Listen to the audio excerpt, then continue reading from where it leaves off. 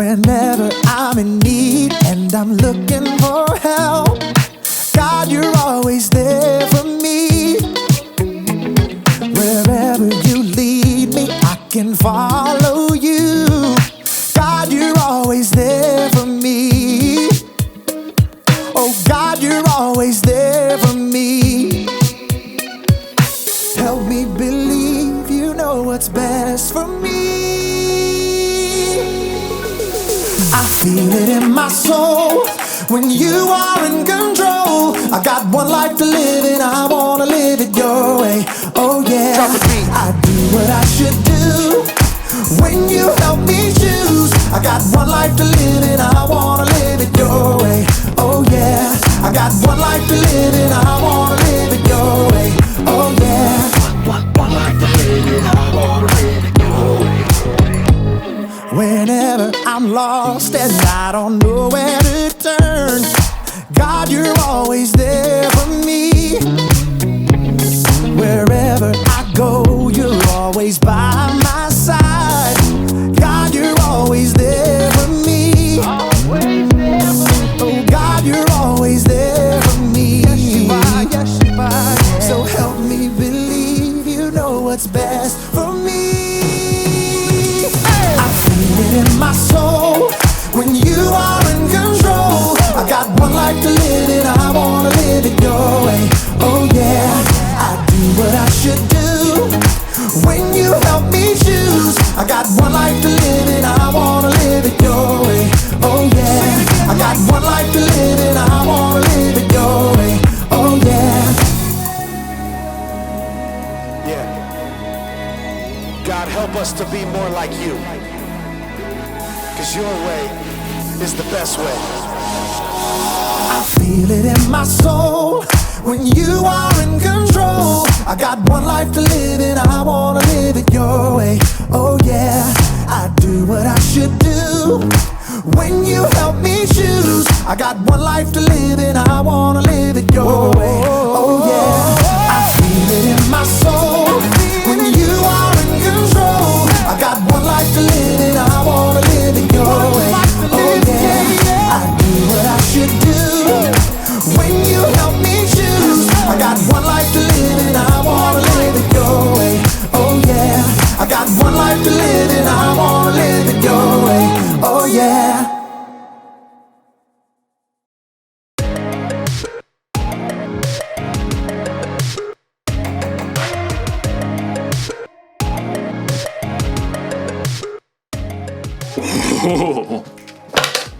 Hello everyone, my name is Jacob, here today to talk to you about self-control. Self-control is choosing to do what you should, even when you don't want to.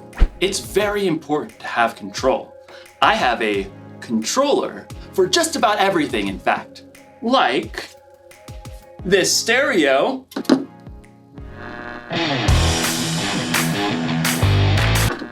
Thanks, stereo. Or this fan. I've even got a remote for my blender.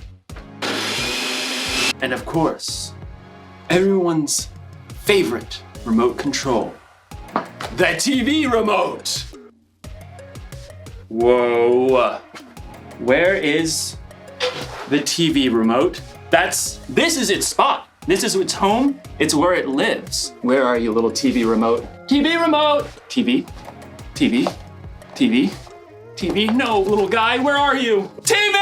This makes me so mad.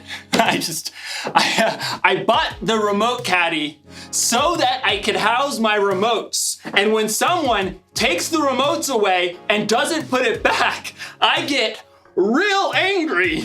I asked you, why have a remote caddy if you're not gonna caddy the remotes?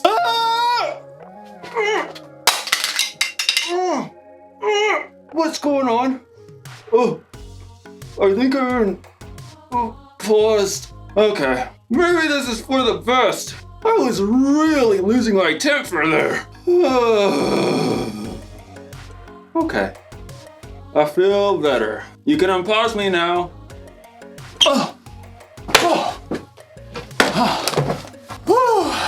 That was a close one.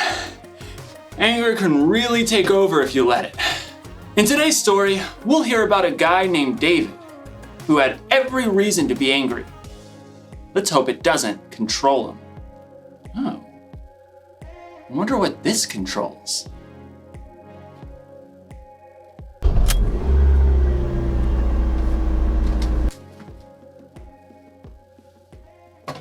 I don't even own a car. The Bible. It's 66 books of history, stories, letters, and poetry that fit together to form God's one big story. The epic adventure of how He created us and loves us so much that He made a way to rescue us. As we travel through the Bible, from Genesis to Revelation, we discover people who met God and found their lives changed forever. Now, for an amazing story. Inspired by the book of 1 Samuel, chapter 24. David had been chosen by God as Israel's next king, but for a while, Saul was still king. David served King Saul and won many battles for him. The people loved David. Hey, David, you're so fine, you blow our money, David! Hey, David! Saul, however, was deeply jealous of David. In fact, he even tried to kill him. David escaped into the wilderness, where around 400 men came to join him. People who were in trouble or owed money. A merry band of misfits. But Saul still saw David as a threat. When he heard that David and his men were camped in the desert of Maon, Saul took soldiers to chase after. They're right behind us, David. Quick, we'll head around the mountain. Just as Saul and his men were closing in on David, Saul received word that the Philistines were attacking Israel. Oh, phooey. Saul was forced to stop the chase and deal with the Philistines. David and his men could breathe a sigh of relief. There's a safe place near En-Gedi. Maybe Saul will finally leave us alone if we hide out there. But as soon as Saul had dealt with the Philistines, a messenger brought news. David is in the desert of En-Gedi. Aha! We've got him this time. Gather 3,000 of the best soldiers from all of Israel. But, Your Majesty, David only has 400 men. 3,000, and not one less. Saul set out once more, determined to wipe out his rival. Bet that pipsqueak is hiding out near the rocky cliffs of the Wild Goats. Well, that seems oddly specific. Yeah, he used to herd sheep. In fact, David and his men have been staying near some sheep pens not far from the cliffs. Saul, headed this way. He's got 3,000 soldiers. Again? Why can't he leave us alone? We can take him on. I'm worth 10 of his soldiers. David could feel his anger boiling, but he took a deep breath. No, we won't fight them now. And we won't have a choice in about 6 minutes. The caves! I want everyone inside! Stat! David and his men hurried into a nearby cave that cut deep inside the cliffs. All the way to the back! They're here! Outside, near the sheep pens, Saul had called a halt. Take a break, men.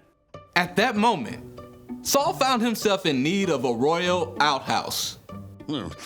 I require a royal outhouse. I believe there's a cave over there, Your Majesty.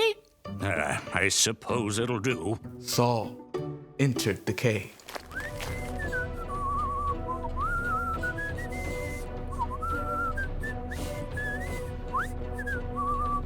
Far back in the cave, David and his men froze. Through the gloom, David could see the man who had tried to kill him and was now forcing him to live on the run. What if he finds us?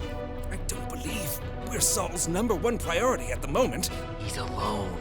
This is your chance. God's handed your enemy over. Don't let this chance just trickle away. David's anger burned red hot as he crept up behind Saul, sword at the ready. But then, he forced himself to stop. Instead of attacking Saul, David sliced off a corner off the king's long royal robe. Saul left the cave with no idea that David was still inside. Time to move out, men. This is the day we take out that whippersnapper David. But at that moment, David emerged from the cave and cried out, King Saul! David? David bowed low to the ground. Why do you listen when men say David is trying to harm you? This day you have seen with your own eyes how the Lord handed you over to me in the cave. Some of my men begged me to kill you, but I didn't. I said, he is the Lord's anointed king. Saul could only stare in shock as David held the piece of fabric he cut from Saul's robe. Look at this. I cut off the corner of your robe, but I did not kill you. Yet you are hunting me down to kill me. May the Lord show that I'm not guilty of doing anything wrong. May he save me from you. The truth cut Saul to the heart and began to weep. Oh, you are a better person than I am. You have treated me well, but I've treated you badly. May the Lord reward you. I know for sure that you will be king. Now, promise me that you won't kill my family or wipe out my name from my family line. David looked his enemy straight in the eye. I promise. Then Saul and his men returned home, and David and his band of misfits returned to their usual hiding place.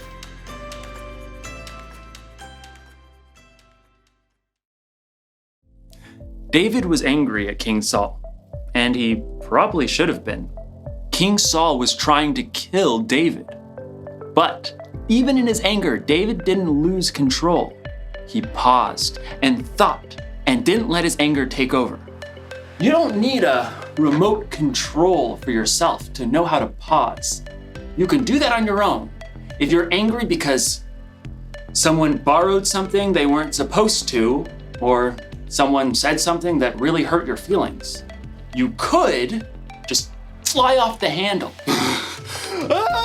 Or you can pause, count to 3 or 10 or 100 if you have to, and think about how you're going to respond. Remember, you can pause in real life, but what you can't do is rewind. Once you've said or done something in anger, it's out there. You can never take it back. I'm not saying you shouldn't ever get angry.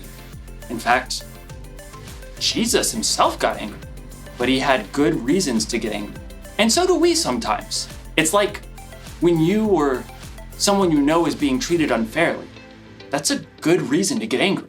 Losing a remote? Probably not the best reason to get angry, but good anger or bad, it's still wise to keep control of your anger instead of letting it control you. That's the one thing to remember today. Don't be controlled by your anger. Count to 10 and keep your cool. Music! Okay. Music! Oh, that's the...